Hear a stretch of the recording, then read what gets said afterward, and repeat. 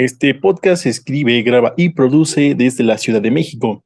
Bienvenidos a Comentando Noticias. Hoy es domingo 21 de mayo, tarde lluviosa en el centro del país. Son las 5 en punto de la tarde y estamos listos para llevarles las noticias más importantes de la semana. El 21 de mayo se celebran diferentes eventos y festividades en varios lugares del mundo. El primero de ellos es el Día de la Afrocolombianidad. En Colombia se conmemora el Día de la Afrocolombianidad, bla, bla, bla, bla, bla, bla, por trabalenguas, para resaltar la importancia de la cultura y la contribución de la población afrodescendiente en el país. También es el Día Nacional de Noruega, también conocido como el Día de la Constitución. Es un día feriado nacional en Noruega para celebrar la adopción de su constitución en el 1814. Dato curioso de la semana es que el 16 de mayo de 1924 se lleva a cabo en Estados Unidos la primera entrega de los premios Oscar. La ceremonia tuvo lugar en el Hotel Roosevelt de Hollywood y fue una reunión íntima con alrededor de 270 asistentes. El primer galardón a la mejor película fue otorgado a la película Wings, dirigida por William Wildman. Sin embargo, en ese momento los premios aún no se llamaban oficialmente Oscar. Fue hasta 1939 que el nombre oficial de Oscar se adoptó para los premios de la Academia de las Artes y las Ciencias Cinematográficas de Estados Unidos. Desde entonces, los premios Oscar se han convertido en uno de los eventos más importantes de la industria del cine a nivel mundial. Los invito a seguirme en Instagram para conocer más del concepto. Me encuentran como @mora.camero. Estoy ansioso para conectar con la audiencia. No duden en seguirnos para mantenerse al tanto de las últimas noticias. En las noticias de la semana tenemos que el presidente de Ecuador, Guillermo Lasso, disuelve el parlamento para evitar su posible destitución, y también el matrimonio infantil en Brasil.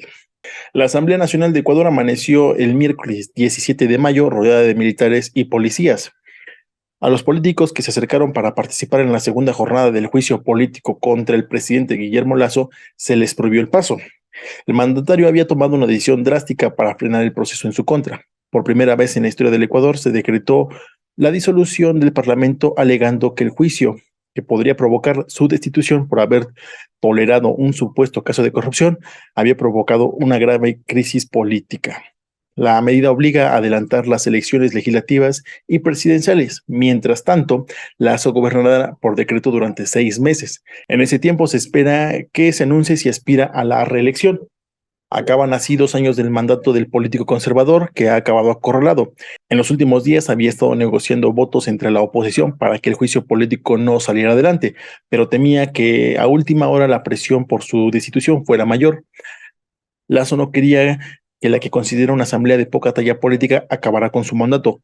Por eso ha preferido invocar la figura constitucional de muerte cruzada, que cierra su periodo, pero que también el de los parlamentos. Además, le deja una puerta abierta a presentarse en las próximas elecciones. En la llamada muerte cruzada se produce un enfrentamiento constante y un estancamiento entre el poder ejecutivo, encabezado por el presidente u otro jefe político, y el poder legislativo, que generalmente está conformado por el Parlamento o Congreso. Esto ocurre cuando ambas ramas del gobierno están controladas por partidos políticos o coaliciones diferentes y tienen posturas políticas opuestas, lo que dificulta la cooperación y la toma de decisiones.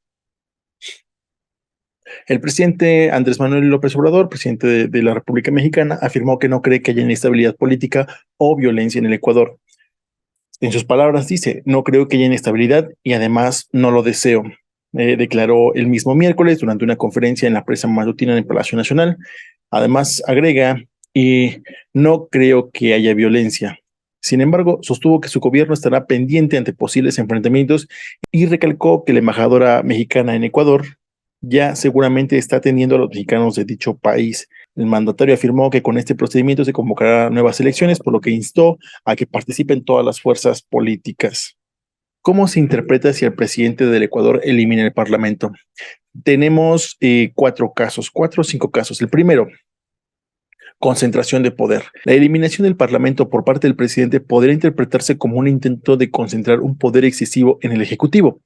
Esto podría ser percibido como una medida antidemocrática, ya que el Parlamento desempeña un papel fundamental en la representación y la toma de decisiones legislativas. En segundo, tenemos una crisis institucional. La eliminación del Parlamento podría indicar una crisis institucional en el país. El Parlamento es una institución clave en el sistema democrático y su eliminación podría generar incertidumbre en la estabilidad política y la separación de poderes en Ecuador. Tercero, tenemos una medida autoritaria. Dependiendo de las circunstancias, la eliminación del Parlamento podría ser vista como una medida autoritaria por parte del presidente. Esta acción podría interpretarse como un intento de silenciar la voz de la oposición y consolidar el poder en manos del Ejecutivo, socavando los principios democráticos. El cuarto, tenemos una reforma radical del sistema político. En algunos casos, la eliminación del Parlamento podría ser parte de una reforma más amplia del sistema político ecuatoriano. Esto podría implicar la introducción de un nuevo sistema de gobierno, como una dictadura o un sistema presidencialista más fuerte. Esa interpretación dependerá de los detalles y las intenciones detrás de la acción. Continuando con la nota, las Fuerzas Armadas han mostrado su respaldo a la decisión y han asegurado que actuarán con firmeza para proteger la patria y a los ciudadanos. En caso de que se produzca algún atentado contra la democracia, anunció Nelson Proañó, jefe del Comando Conjunto de las Fuerzas Armadas. La CONAIE, que representa a los indígenas y que había advertido que saldrían a las calles en caso de que se decretara la muerte cruzada, ha convocado a un consejo para decidir si se movilizarán o no. Y yo aquí les dejo algunas preguntas para que reflexionemos. La primera, ¿cuáles son los riesgos y beneficios de eliminar el Parlamento en un sistema democrático? ¿Esta es una acción necesaria para enfrentar una crisis política o es un intento de consolidar el poder del Ejecutivo? ¿Qué lecciones se pueden aprender de esta situación para fortalecer los mecanismos democráticos y prevenir futuros conflictos políticos? Vaya. Bueno, pasemos a una siguiente nota. Esto tiene que ver con el matrimonio infantil en Brasil. Y la nota comienza así. En cuanto trascendieron las fotografías de la feliz pareja y los detalles del matrimonio, el enlace del alcalde de Araucaria con su quinta esposa, quien se casa aquí 5 veces, si alguien lo ha hecho más de 2, por favor, coméntenos el por qué. Fue noticia en toda la ciudad y en un suspiro todo Brasil se había enterado. Creó controversia por varios motivos. Primero, porque el enlace se celebró 4 días después de que la novia cumpliera 16 años, la edad mínima para casarse legalmente con permiso de familiares o del juez. Segundo, porque tiene 65 años más. Y porque en la víspera de sellar su amor ante el notario, el regidor le dio el cargo en el ayuntamiento a su futura suegra, la nombró concejala de cultura. El escándalo estaba servido, pero sorprendentemente o no, indignó más por el flanco del nepotismo que por la abismal diferencia de edad entre la pareja, casi medio siglo. Pero este caso, aunque tiene elementos singulares, de ninguna manera es excepcional. El año pasado, los notarios brasileños registraron 12.509 matrimonios en los que al menos uno de los cónyuges tenía 16 o 17 años, es decir, 34 novias adolescentes cada día. Novias con A porque la inmensa mayoría son del género femenino. En el partido del alcalde, Ciudadanía renegó rápidamente de él y ante la furia popular contra la designación de su suegra, poco tardó en destituirla, aunque antes defendió que 26 años de funcionaría avalaban su valía. Deani, el nombre de este alcalde, es un empresario de éxito con negocios hoteleros en gasolineras y aerotaxis. ¿Qué es una aerotaxi? Ahí sí, si alguien sabe, a ver, coméntenme. Que ha creado muchos empleos y que estuvo detenido por sospechas de vínculos con el narcotráfico hace 2 décadas. En lo personal, estuvo casado 4 veces y tiene 16 hijos. ¡A la madre! 16 hijos. Es un gran número. Y algunos sin duda mayores que su actual esposa, que hace poco quedó finalista de Miss Araucaria en el 2022. Vaya coincidencia, más bien coincidencia, no lo creo. Ana Neri Lima, especialista en género de la ONG Plan Internacional, comenta, en Brasil las uniones informales están muy normalizadas. Me junté o nos fuimos a vivir juntos, es de lo más habitual, explica en una de las entrevistas. La ONU estima que el 26% de las brasileñas viven pareja antes de cumplir los 18, incluyendo un 6% que no tenía siquiera los 15 años. Obedece una parte a motivos culturales. En Brasil, cuando la gente oye la expresión matrimonio infantil, suele pensar en niñas novias de 9 o 10 años. En la India, pero no piensa en personas que conocen, como esa vecina, esa tía o su abuela casada a los 14, dice la experta.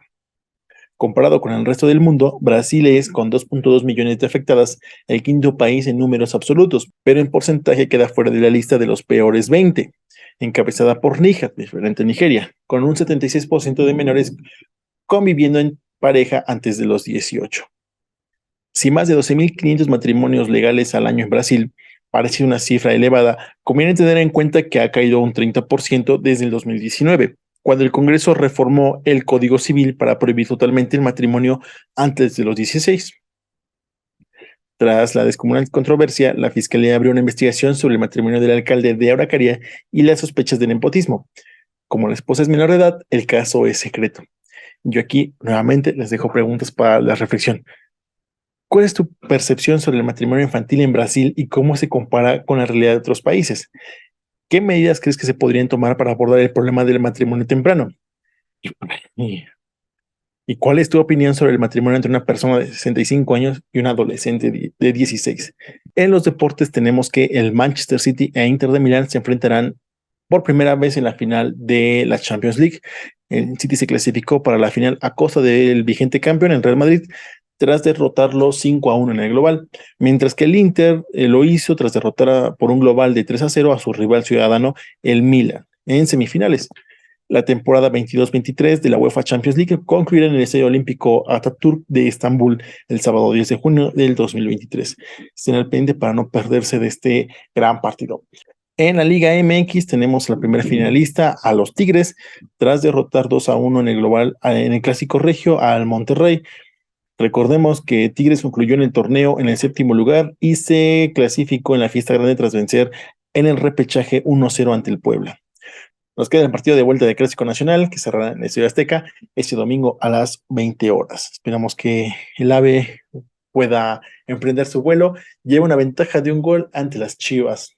Eh, deseo con mucho corazón que el América vaya por la 14ª. Gracias por escucharnos, esperamos que hayan disfrutado del programa. Recuerden seguirnos en Instagram como @mora.camero, donde compartiremos contenido adicional y actualizaciones sobre futuros episodios. Además, nos encantaría escuchar sus comentarios y sugerencias sobre el programa, así que no duden en enviarnos un mensaje directo, sus opiniones son muy valiosas para nosotros. No se pierdan la próxima emisión, gracias de nuevo por escucharnos y hasta la próxima semana.